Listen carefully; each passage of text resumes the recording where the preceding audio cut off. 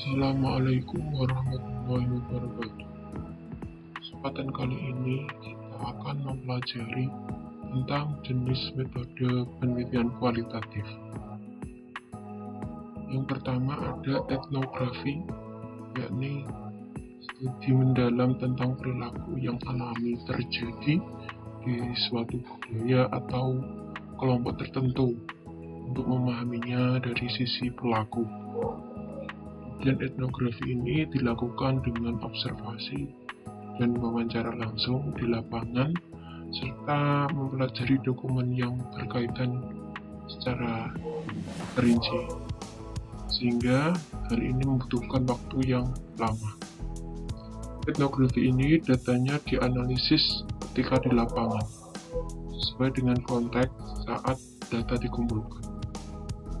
Bagi contoh penelitian etnografi yakni terkait tentang makna simbolik upacara khatam Al-Quran anak-anak pada perguruan Quran awaliyah di Nagari Balai Gurah, Sumatera Barat. Kita simak bentuk dari penelitian etnografi. Jenis penelitian kualitatif yang kedua yaitu studi kasus. Studi kasus ini penelitian mendalam tentang individu atau satu kelompok, satu organisasi, satu program kegiatan, dan sebagainya dalam waktu yang telah ditentukan. Tujuannya yakni untuk memperoleh deskripsi yang utuh dan mendalam dari sebuah entitas. Studi kasus ini juga menghasilkan data untuk selanjutnya dianalisis, sehingga nantinya itu menghasilkan teori. Data yang diperoleh itu dari wawancara, observasi, dan arsip. Kita lihat ini contoh penelitian kualitatif yang menggunakan metode studi kasus. Ya. Partisipasi masyarakat pesisir dalam pengelolaan ekosistem hutan mangrove yang berkelanjutan di Kabupaten Indramayu. Contoh penelitian yang menggunakan metode studi kasus. Selanjutnya, jenis metode penelitian kualitatif ada studi dokumen. Ya, di dokumen ini kajian yang menitik beratkan pada analisis atau interpretasi bahan tertulis berdasarkan konteksnya.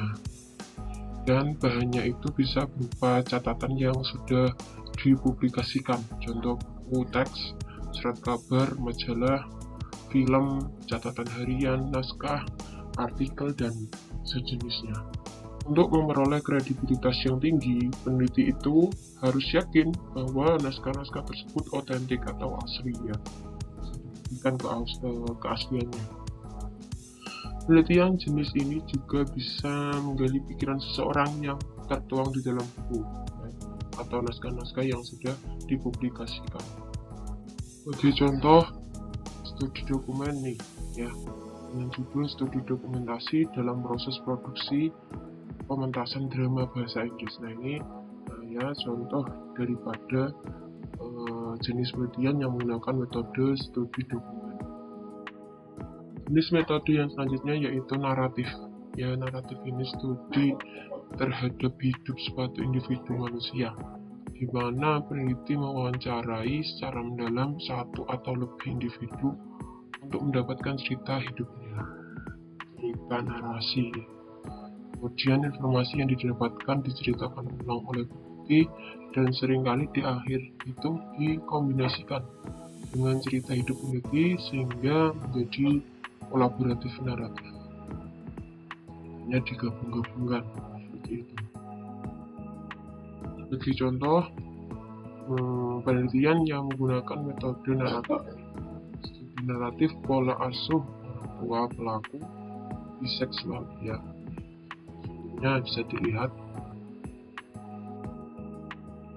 Jenis metode selanjutnya yaitu grounded research.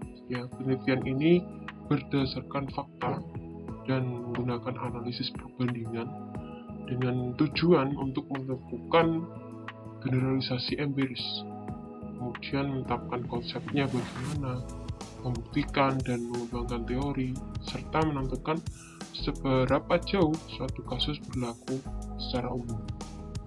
Metode ini juga mengembangkan dan menghasilkan teori yang disebut dengan grounded theory. Nah, teori ini itu berasal dari bawah, dari pengamatan secara induktif, sehingga menjadi sebuah istilah grounded theory.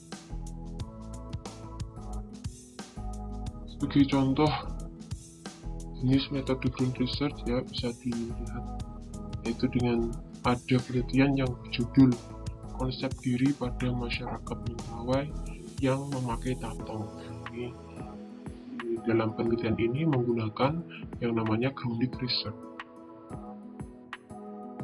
Jenis metode selanjutnya itu fenomenologi. Nah, ini jenis metode yang desain penelitiannya itu berasal dari rumpun ilmu filsafat dan ilmu psikologi, di mana nanti itu peneliti mendeskripsikan pengalaman hidup beberapa orang individu tentang fenomena tertentu yang diteliti tentunya.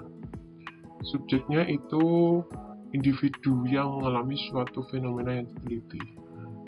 Kemudian penelitian ini juga harus memiliki fondasi filsafat yang kuat. Ini berkaitan tentang filsafat dan psikologi. Sebagai contoh, jenis metode fenomenologi itu ada sebuah penelitian yang berjudul fenomena social lobbying dalam program pemberdayaan masyarakat di desa binaan PMI. Nah, penelitian ini cocok sekali menggunakan jenis metode fenomenologi. Nah, ini berkaitan tentang psikologi manusia ya. Jenis metode selanjutnya yaitu studi sejarah. Jenis penelitian ini mengaplikasikan metode pemecahan ilmiah dari perspektif historis suatu masalah, itu dari perspektif sejarah ya, meliputi pengumpulan dan penafsiran gejala, peristiwa atau gagasan yang timbul di masa lampau, untuk menemukan generalisasi yang itu berguna untuk memahami kenyataan sejarah, memahami kondisi saat ini, maupun merencanakan suatu hal di masa yang akan datang. Ciri khasnya itu menggunakan data masa lampau yang digali hingga detail ya.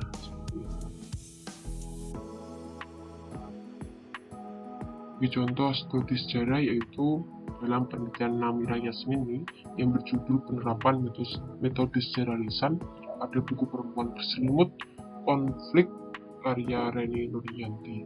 Ini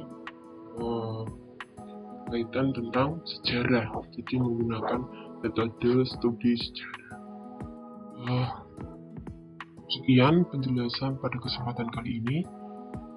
Yang lebihnya saya mohon maaf. Terima kasih. Wassalamualaikum warahmatullahi wabarakatuh.